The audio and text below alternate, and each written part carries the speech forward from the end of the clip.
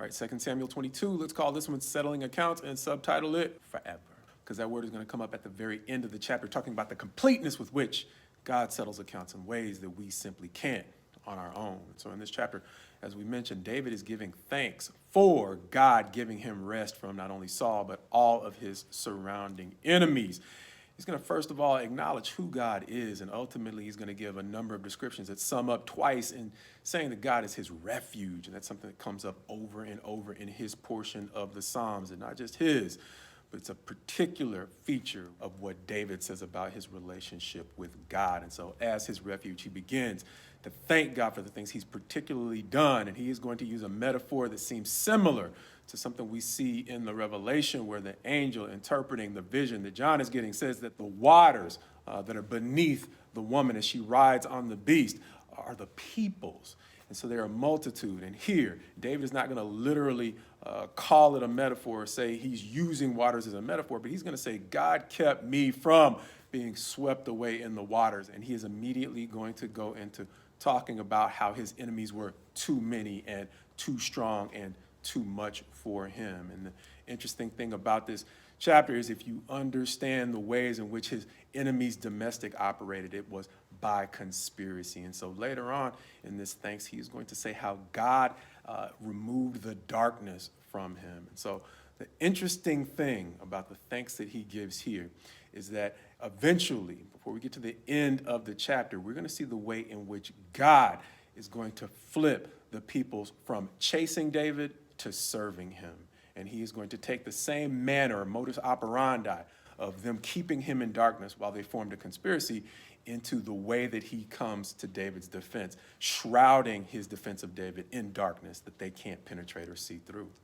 And so before we get there, though, we are going to see that David is not simply one of God's favorites. He's going to give the reason why God has stood up for him. When we read in verse 21, the Lord dealt with me according to my righteousness. According to the cleanness of my hands, he rewarded me. Wait a minute. David, didn't you kill a man in order to take his wife? Yes, in fact, he did. And so the beauty of this chapter, as we have identified toward the end, he's going to say, this is a forever thanks, because God did not leave David in a position of punishment forever, because he did deal with him according to his righteousness. He did punish David, and he did it severely, leaving him in a temporary period of misery that had forever consequences, meaning he lost kids and he lost things that he can never get back. But after God brought him through that period, the blessing outlasted the punishment, and that is the advantage that he's going to say of making God your refuge. And he's going to say it's not just for me, it's for everybody who he says understands this. Verse 26 beginning, with the merciful, you show yourself merciful. With the blameless, man, you show yourself blameless. With the purified, you deal purely. And with the crooked, you make yourself seem torturous. You save a humble people, but your eyes are on the haughty to bring them down. And that's going to be important in another couple of chapters. But before we get there, understand that he's describing, it seems like the fullness of his experience, understanding that, as we mentioned with David, the good thing about his relationship with God is he invested in the good years in doing great things for both God and serving him, and for the people that God was going to put him in charge of. And so when he did stumble, it was a temporary period. So likewise, he's saying, if you commit your way to the Lord, God will do the same for you, understanding you will stumble.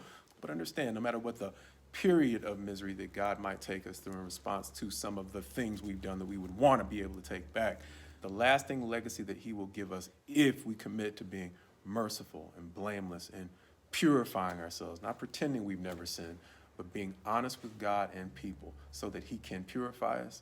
What God will do is take that temporary period of misery and turn it into what we'll see here in the last verse, where David says, great salvation he brings to his king, and he shows steadfast love to his anointed, to David and his offspring forever. As we've gotten into the habit of emphasizing that word forever, once again, David isn't simply talking about himself.